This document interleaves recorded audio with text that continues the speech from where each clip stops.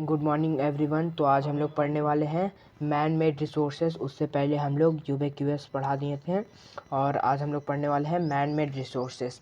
तो यहाँ से पढ़ाना स्टार्ट कर रहे हैं। The resources that are created from natural substance by human beings to produce valuable product. वैसा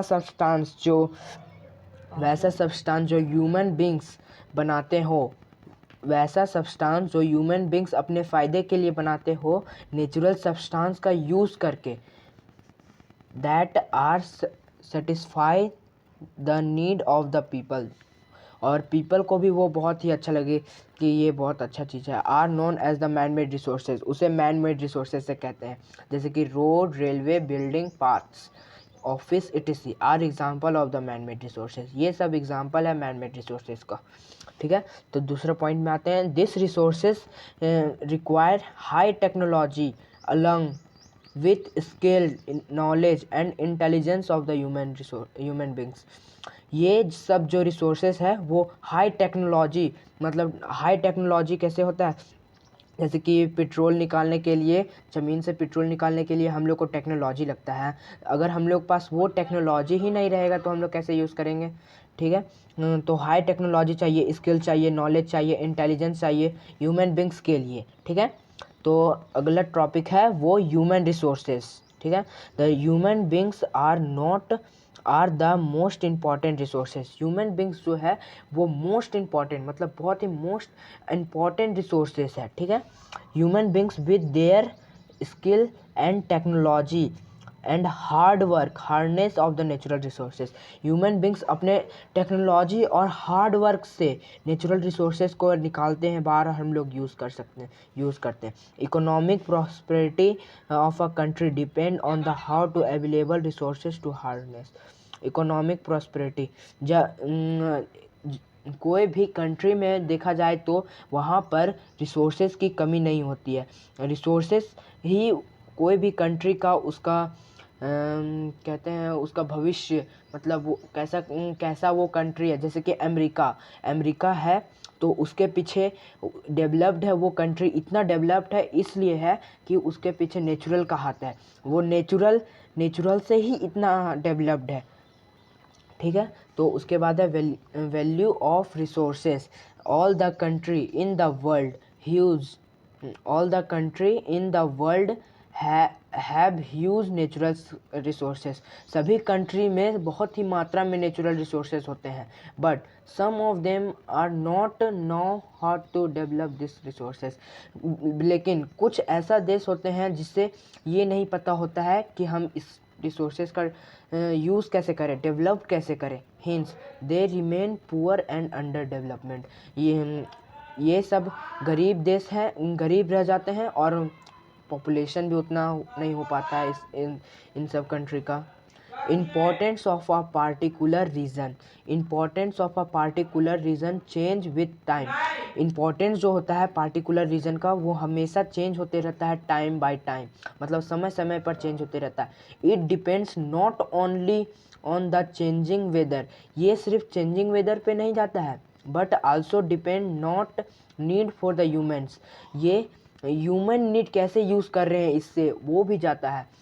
याद रखेंगे हम लोग कि हम लोगों को नेचुरल रिसोर्सेज, ह्यूमन रिसोर्सेज, जो भी रिसोर्सेज है उसको कम यूज़ करना है। ठीक है, कम से कम यूज़ कर रहे हैं। जैसे कि हम लोग पानी अभी घर में ही मोटर है, ठीक है, तो उससे पानी निकाल लेते हैं चापाकल से, उससे पानी निकाल लेते हैं, पर हमको उस पानी को यूज़ करना है, अच्छे से यूज़ करना है, बचाना है। ठीक है, तो ऐसा ना हो कि भविष्य में आते आते सारा रिसोर्सेज हम लोग का ख़त्म हो जाएगा और हम लोग डेड हो जाएंगे। ठीक है, बचाना है। ठीक है, तो क्या है इसमें, human resources can be expressed in the term of economic elastic in the beauty of the resources. वो resources can express, resources term में बांटा गया है इकोनॉमिक इलास्टिक।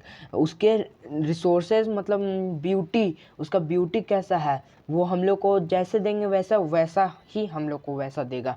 ठीक है, economic value, the economic value of a resources is continued. Economic value resources जब continued होता है when it is used for personally and commercial purposes, जब हम लोग के लिए पर्सनल यूज़ कर सकते हैं और कॉमर्शियल वैल्यू के लिए, पर्पसेस के लिए। एस्थेटिक वैल्यू, अगला टॉपिक है aesthetic value. Sense of pleasure is a basic human instinct. यह आनंद यानी कि बहुत ही खूबसूरत ये माउंटेन सब होता है, वो बहुत ही खूबसूरत होता है। So the things that give us pleasure and also resources.